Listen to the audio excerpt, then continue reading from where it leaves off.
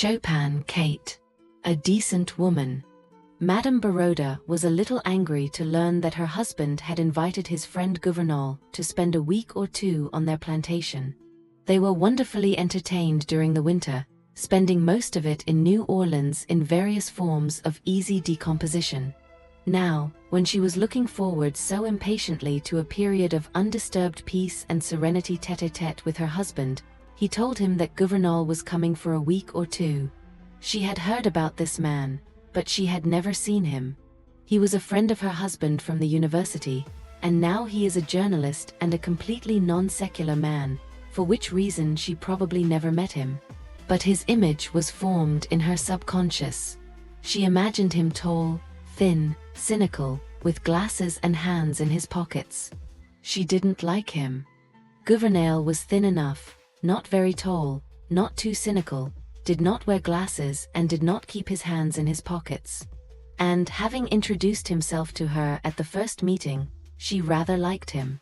Trying to understand why she liked him, she could not give herself a satisfactory explanation.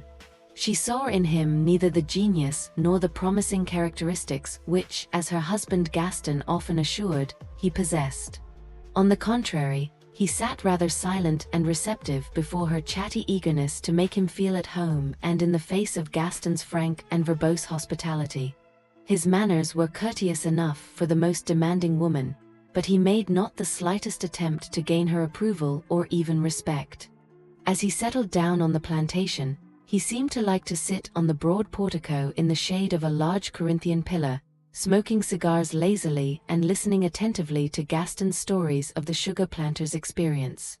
"That's what I understand life," he said with deep satisfaction, while the air brought in from the sugar field caressed him with the warm, fragrant velvet of touch. He also enjoyed interacting with the big dogs, rubbing against his legs in a friendly way. He didn't care about fish, and he didn't rush to hunt grosbeaks when Gaston offered it. The character of Gouvernail puzzled Madame Baroda, but she liked him.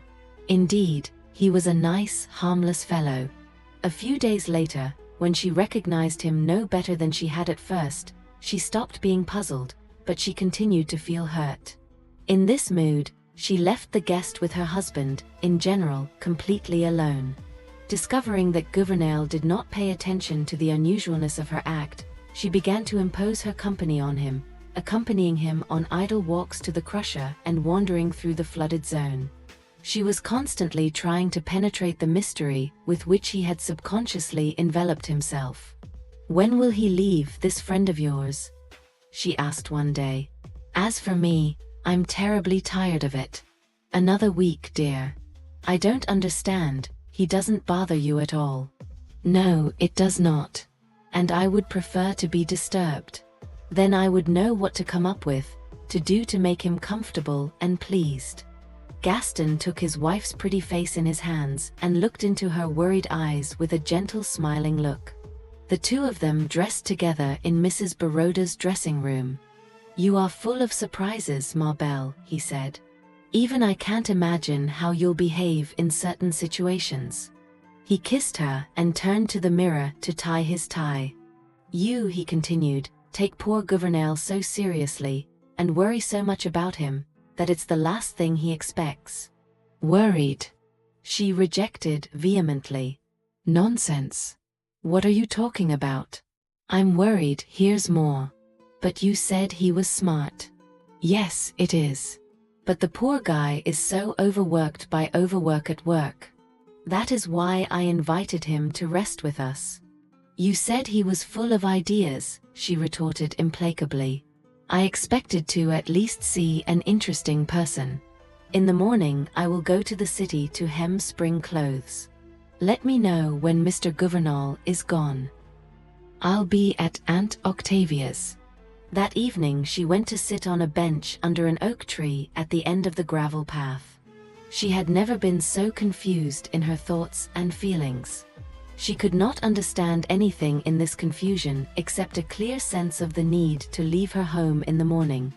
Lady Baroda heard footsteps crunching on the gravel, but she could only make out the approaching red dot of a burning cigar in the darkness. She knew it was Gouvernail, for her husband did not smoke. She hoped to go unnoticed, but the white dress betrayed her. He threw away his cigar and sat down beside her on the bench, without the slightest thought that she might object to his presence. "Your husband has asked me to bring it to you, Lady Baroda," he said, handing her the transparent white scarf with which she sometimes covered her head and shoulders. After muttering thanks, she accepted the scarf and placed it on her lap. He uttered some platitude about the disastrous effect of the night air at this time of year. Then, peering into the darkness, he muttered almost to himself, "The night of the south winds is the night of the big stars." A quiet, sleepy night. She did not respond to this unrelated appeal to the night or to nowhere. Gouvernail was a man of a nervous dozen and not one of the shy. Periodic reticence was not a trait of his character, but the result of a capricious mood. He sat next to Lady Baroda, and gradually his silence melted away. He spoke in a low, trembling timbre in a relaxed and intimate way, irresolutely stretching out the words, which did not bother the ear at all. He talked about the old student days when he and Gaston meant so much to each other, about the days of energetic and blind ambitions and great plans. All that is left to him now is at least a philosophical acceptance of the existing order of things, only a demand to be allowed to exist, and from time to time, a quiet whiff of real life, such as he is now inhaling. Her consciousness only vaguely grasped what he was saying. She did not think about his words, but only reveled in the sound of his voice.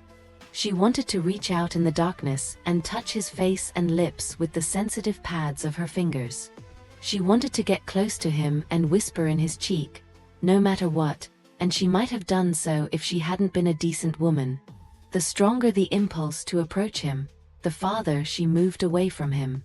As soon as she managed to get away without showing any obvious impoliteness, she got up and left him alone. Before she had reached the house, Gouvel lit another cigar and finished his address by nightfall.